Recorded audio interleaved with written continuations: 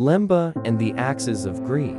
The morning sun rose over the village of Kalambayi, its golden light dancing on the dew-drenched leaves of the surrounding forest. The air was thick with the scent of wet earth and wildflowers. But on that day, the forest was uneasy. Birds chirped in hurried, frantic tones, and even the wind seemed to hold its breath.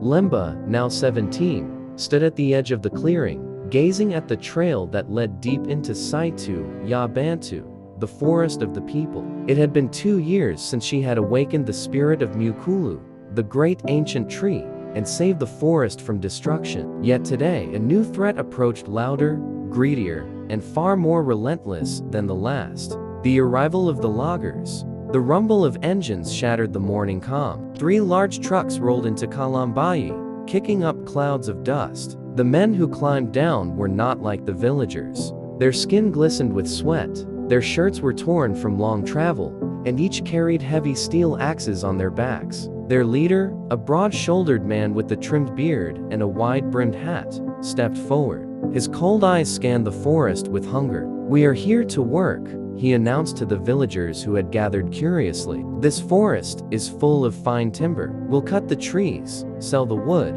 and share the profit with your village." The elders exchanged worried glances. Timber meant wealth, money for medicine, clothes, and trade. Yet everyone knew the forest was not theirs to sell. Mukulu's shadow stretched far and wide, and its spirit guarded every root and leaf. The voice of defiance. While the elders hesitated, Lemba stepped forward. Her voice was clear, steady, and fierce. "You cannot cut these trees. They are not just wood. They are our history, our blood. Mukulu watches all, and if you harm it, the spirit of the forest will rise against you." The leader chuckled. "Girl, I don't believe in spirits. Trees don't fight, but they do make fine planks for building. Stand aside."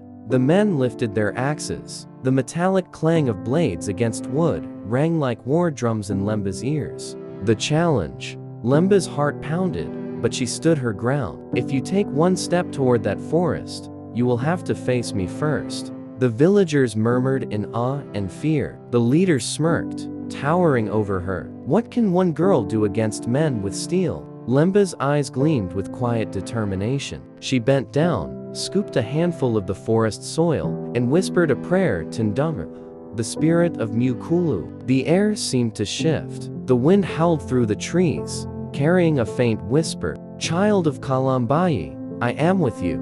The awakening of Mukulu. The loggers took a step forward. Suddenly, the ground trembled beneath them. A low rumble echoed from deep within the forest. Birds scattered, and the trees swayed, though there was no wind. From the edge of the forest, roots slithered across the ground like serpents, forming a barrier. The men stumbled back, their axes clattering on the earth. The leader cursed under his breath. Then, with a creak like thunder, Mukulu emerged. Its massive trunk glowed faintly, and from its bark, the spirit Ndumba appeared, towering, with eyes like green fire and vines twisting like muscles across his body. His voice shook the ground. "Leave this place. This forest is not yours to take."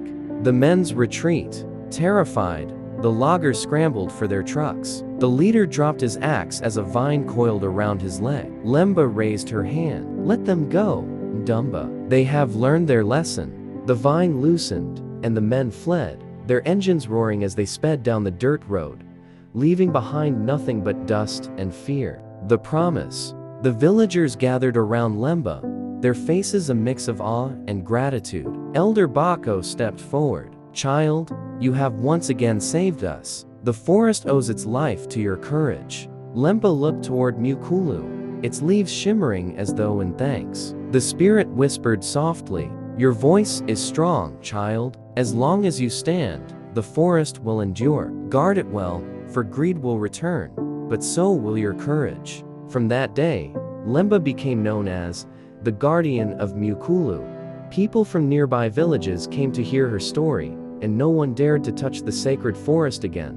Moral lesson: true courage lies in standing up for what is right, even when you stand alone. Nature is not a possession exploit, but a living legacy to protect for future generations.